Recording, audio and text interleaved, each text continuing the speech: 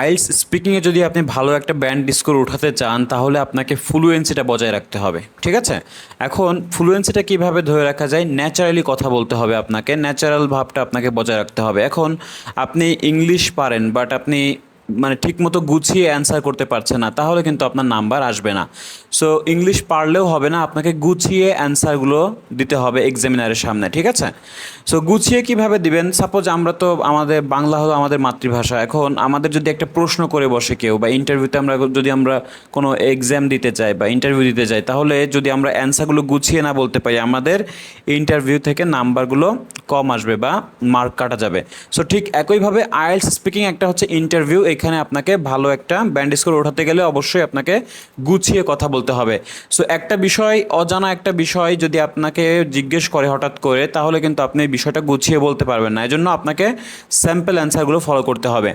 তো স্যাম্পল অ্যান্সারগুলো মুখস্থ করবেন এবং কিছু কিছু ওয়ার্ড এমনভাবে মুখস্থ করবেন বুঝে যখন আপনি কথাগুলো বলবেন তখন এটা ন্যাচারাল মনে হবে, তখন এটা রোবোটিক মনে হবে না, ঠিক আছে?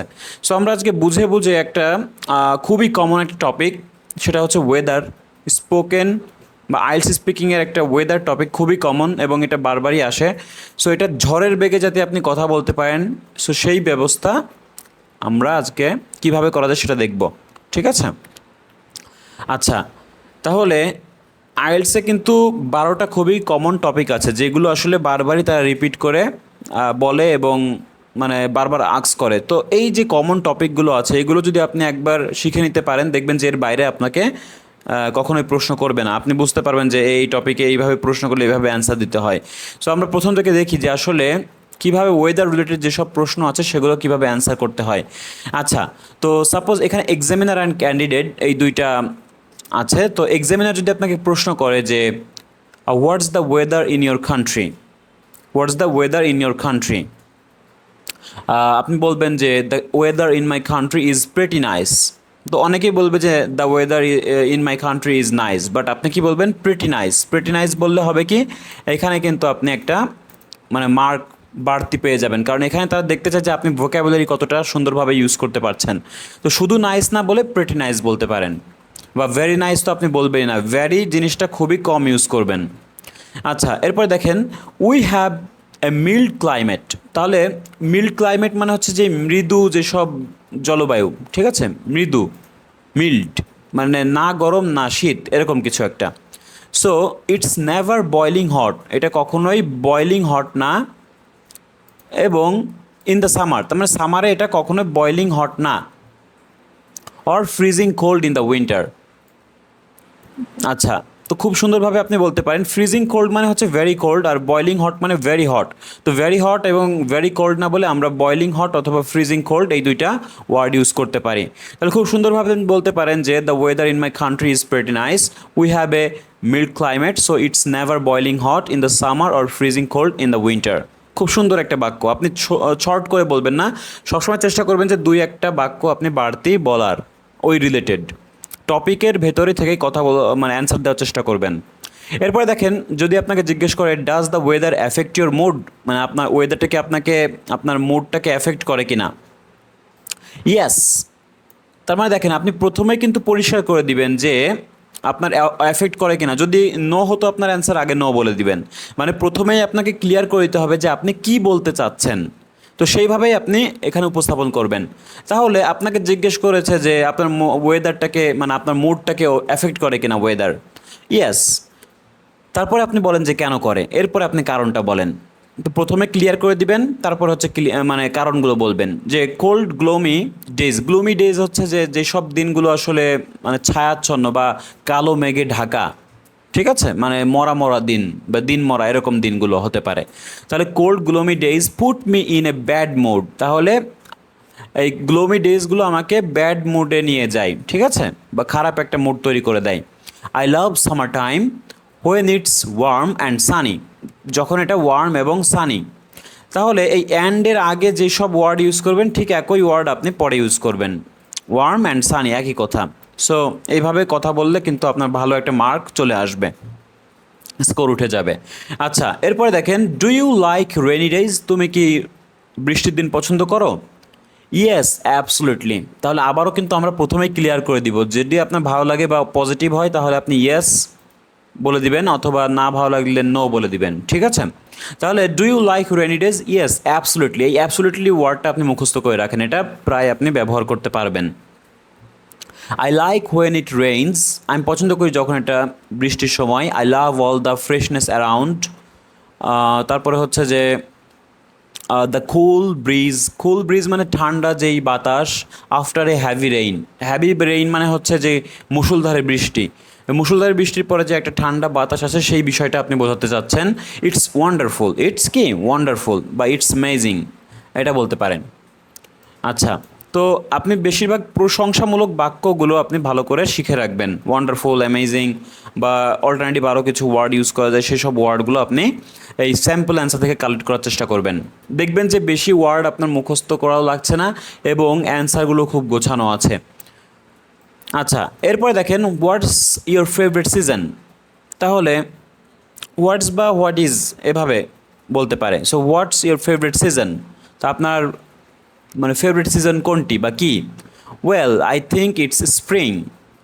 তাহলে আপনি প্রথমে একটু ওয়েল, ইয়েস এইভাবে বলে কিন্তু আপনি একটু মানে কথার একটা মার্জিত ভাব আপনি আনতে পারেন, ঠিক আছে? এইগুলো দিলে মনে হবে যে আপনি এটা মুখস্থ না, আপনি একটু মানে ভেবে বলছেন বা ন্যাচারালি কথা বলছেন। তো well I think it's spring, বা আই থিঙ্ক না বলে আপনি আই গেস বলতে পারেন, I guess it's spring. The weather is very pleasant, ওয়েদারটা খুবই মনোরম। And it's nice to see everything come back to life and blossom. আচ্ছা, এরপরে দেখেন do you like winters? No not really. দেখেন এখানে কিন্তু আমরা নেগেটিভলি অ্যান্সার দিলাম, এর জন্য আমরা প্রথমেই নেগেটিভ এটা বলে দিব যে নো নট রিয়েলি, আমি উইন্টার পছন্দ করি না। For me winter is the most depressing season, তার মানে আমার জন্য মোস্ট ডিপ্রেসিং সিজন হচ্ছে winter. Because where I live it's freezing cold, যেখানে আমি বাস করি এটা কি একদমই ঠান্ডা। ইন দ্য উইন্টারে, উইন্টারে একদম ঠান্ডা হয়ে যায়। আচ্ছা, মোর ওভার বা আপনি বলতে পারেন যে আমি গ্রামে বাস করি এবং গ্রামে শীতগুলো অনেক বেশি থাকে, এভাবে বলতে পারেন। তারপরে দেখেন more over the days are short and you can do a lot, you can't মানে আপনি পারবেন না, do a lot of outdoor activities মানে আউটডোর মানে যেসব বাইরের কার্যকলাপ বা কার্যাবলী আপনি কিন্তু করতে পারবেন না। তার মানে দেখেন একদম মানে টু দ্য পয়েন্টে আপনি অ্যান্সারগুলো দিচ্ছেন যে আপনি উইন্টার কেন মানে আপনি কি লাইক করেন কিনা, বললেন যে না। কেন লাইক করেন না, বেশ কিছু একটা কারণ আনেন যে উইন্টারে ঘর থেকে বাইরে হওয়া যায় না, বা দিনগুলো একটু লেজি থাকে, বা আউটডোর অ্যাক্টিভিটিস খুবই কম করা হয়, ঠিক আছে? এই বিষয়গুলো আপনি তুলে ধরবেন, তাহলে দেখবেন যে হয়ে গেল। মানে টু দ্য পয়েন্টে আপনি কথা বলার চেষ্টা করবেন, তাহলে দেখবেন যে স্পিকিংয়ে নাম্বার ওঠানো অতটা কঠিন কোনো ব্যাপার না, ঠিক আছে? আচ্ছা, তো আমি বেশি পড়ছি না, ভালো করে আপনারা একটু দেখে নেবেন। একটু ভিডিওটা লং হয়ে যেতে পারে, শর্ট করার চেষ্টা করছি। আচ্ছা, আমরা এখন তাহলে একটা কিউ কার্ড নিয়ে আলোচনা করব। ওয়েদার রিলেটেড যদি আপনার কিউ কার্ড আসে তাহলে আপনি কিভাবে আপনি বলতে পারেন। সো কিউ কার্ড কি? কিউ কার্ড হচ্ছে আপনাকে এখানে 1 মিনিট সময় দিবে। 1 মিনিটের ভেতরে আপনাকে ওই নির্দিষ্ট টপিকের উপরে একটা আইডিয়া জেনারেট করে আপনাকে টপিক অনুযায়ী কিন্তু বলতে হবে, ঠিক আছে? সিরিয়াল অনুযায়ী যেসব পয়েন্টগুলো আপনাকে উল্লেখ করতে বলা হবে সেগুলো আপনাকে বলতে হবে। সো এখানে অনেকে আইডিয়া খুঁজে পান না, কারণ এখানে আপনাকে 1.5 থেকে 2 মিনিট অনর্গল কথা বলতে হবে নন স্টপ। সো এখানে আপনাকে অবশ্যই ওই 1 মিনিটের ভিতরে আপনাকে ফুল প্রিপেয়ার হতে হবে যে কিসের পর আপনি কোন ঘটনাটা সাজাবেন। সো এই 1 মিনিটই সময় পাবেন। তো দেখি আমরা কিভাবে আসলে এই 1 মিনিটটাকে কাজে লাগানো যায়। তো সাপোজ বলতেছে ডিসক্রাইব ইউর ফেভারিট ওয়েদার, আপনার ফেভারিট ওয়েদারটাকে ডিসক্রাইব করতে বলা হচ্ছে। এখন দেখেন এটা হলো আপনার মূল থিম। এখন বলা হচ্ছে যে what the weather is like, তো ওয়েদারটা কেমন, ওয়েদারটা কিসের মতো, ঠিক আছে? আবার বলতেছে why do you like it, কেন আপনি এই ওয়েদারটা লাইক করেন বা এমন ধরনের ওয়েদার আপনি লাইক করেন। তারপর বলা হচ্ছে where you can experience such weather condition, তাহলে এমন এক্সপিরিয়েন্সটা আপনি কোন জায়গায় পেতে পারেন, ঠিক আছে? এমন কন্ডিশনের ওয়েদারটা আপনি কোথায় এক্সপিরিয়েন্স করতে পারেন সেটা আমাদেরকে বলেন। তো এই যে 3টা দিয়ে দিয়েছে তারা, পয়েন্ট দিয়ে দিয়েছে, এই পয়েন্টগুলো আমরা ইনক্লুড করব, ঠিক আছে, আমাদের মনোলগের ভেতরে। এটা আমরা একটা মনোলগ বলি, কারণ আপনাকে এক নাগারে 1.5 থেকে 2 মিনিট কথা বলতে হবে, ঠিক আছে? তো এর ভেতরে আপনি সেই পয়েন্টগুলো দেখতে পারবেন, যেসব পয়েন্ট আপনি লিখে রাখছেন, মানে আপনি যেগুলো লিখে রাখছেন, ঠিক আছে? তো আমাদের আইডিয়াগুলো এইখান থেকেই চলে আসবে। যে আইডিয়া বলতে কি, যে আপনি প্রথমে কি বলবেন, প্রথমে আপনি এই কথাটা বলেন, এইটা নিয়ে আপনি 2-3 লাইন বলেন, এটা নিয়ে আপনি 3-4 লাইন বলেন, এখানে 3-4 লাইন বলেন, এভাবে বলে বলে কিন্তু আপনার টোটাল একটা মনোলগ আপনি প্রিপেয়ার করতে পারেন। ঠিক আছে, এই হচ্ছে আপনার কিউ কার্ড। এই কিউ কার্ডের উপর ভিত্তি করে কিন্তু পার্ট 3-তে আপনাকে কিছু প্রশ্ন করবে। আচ্ছা, তো আমরা দেখি কিউ কার্ডে আসলে কিভাবে বলা যেতে পারে। তো আমি হয়তো টোটালটা ভালো করে আপনাদেরকে দেখাতে পারবো না, সময় স্বল্পতার কারণে, আপনার একটু বাসায় দেখে নেবেন। ঠিক আছে, তো বলা যেতে পারে যে it may sound strange but my favourite weather is when it is cloudy. মানে ক্লাউডি ওয়েদারটা আপনার খুব ফেভারেট, এটা শুনতে অদ্ভুত শোনাতে পারে। তো এই যে দেখেন, এটা যে শুনতে অদ্ভুত শোনাতে পারে, এটা দিয়ে আপনি শুরু করছেন, এই বাক্যটা শুনেই তো আপনার ইমপ্রেস হয়ে যাবে। ঠিক আছে, মানে এক্সামিনার যে আছে সে কিন্তু ইমপ্রেস হয়ে যাবে। সো এইভাবে আপনার শুরু করার চেষ্টা করবেন। এগুলো স্যাম্পল অ্যান্সার ছাড়া কিন্তু এইসব আইডিয়া, ভালো ভালো আইডিয়া আপনি পাবেন না। দেখেন, windy and drizzling as it makes me feel calm and relax. I like such a weather, especially at night, because I can hear the little raindrops falling and see the dew on the window, and it helps me to sleep. এবং এটা আমাকে কি ঘুমাতে সাহায্য করে। যেমন দেখবেন যে আপনি রাতের বেলায় যদি বৃষ্টি হয়, অনেক সুন্দর একটা রোমান্টিক একটা ওয়েদার কিন্তু ভাইব চলে আসে, তাই না? সো ইটস ভেরি প্লেজেন্ট, এটা খুবই মনোরম। অলসো, এই যে অলসো, এই লিঙ্কিং ওয়ার্ডগুলো আপনারা একটু ইউজ করার চেষ্টা করবেন। I love foggy weather, it's very romantic and gives me a sort of feeling like I am in the old black white movie. However, যাই হোক, I don't like heavy rains and downpours মানে হচ্ছে heavy বা মুষলধারে যেসব বৃষ্টির কথা বলা হচ্ছে, বা হ্যাভি রেইনও আপনি বলতে পারেন। এই যে হ্যাভি রেইনস বলে আপনি থেমে যেতে পারেন। And I hate when temperature goes below zero, মানে যখন টেম্পারেচারটা জিরোর নিচে চলে যায় সেটা আমি হেট করি। ঠিক আছে, it's too cold for me, এটা আমার জন্য খুবই ঠান্ডা। প্রবাবলি, সম্ভবত, the type of weather I like is common for United Kingdom, বা আপনি আপনার বাংলাদেশের ওয়েদারের কথা বলতে পারেন, আপনি আপনার ভিলেজ ওয়েদার কন্ডিশন বলতে পারেন, অসুবিধা নেই। But in my home town such type of weather is very rare. Usually, মানে দেখেন, সচরাচর বা সাধারণত we have dry and sunny days with occasional spells of rainy weather.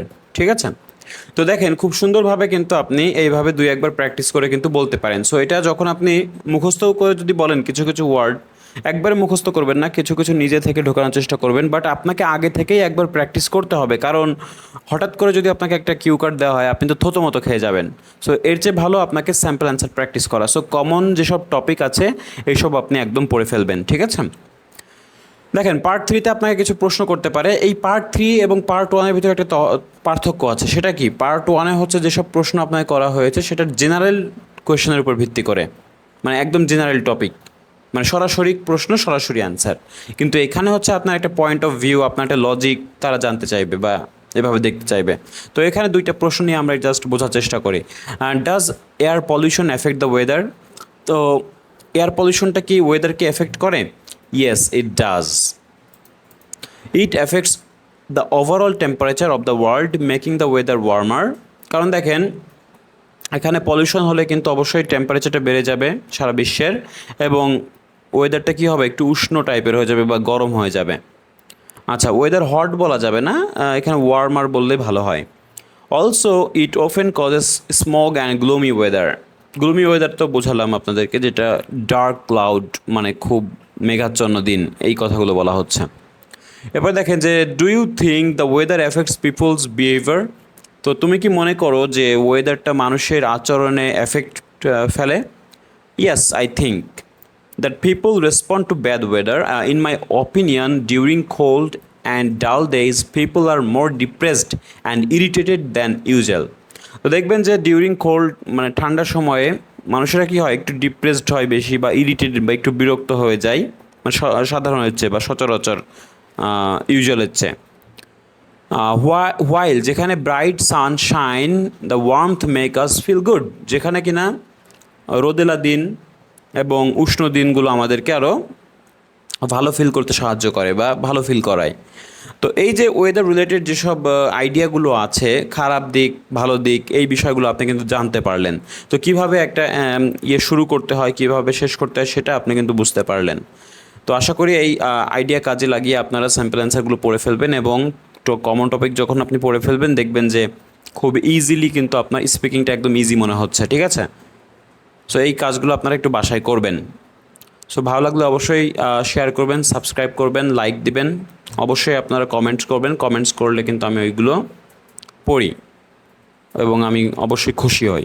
So thank you so much for join the class today. So আজকের মতো এতটুকু, next ক্লাসে অন্য কোনো টপিক নিয়ে আলোচনা করবো। Thank you so much.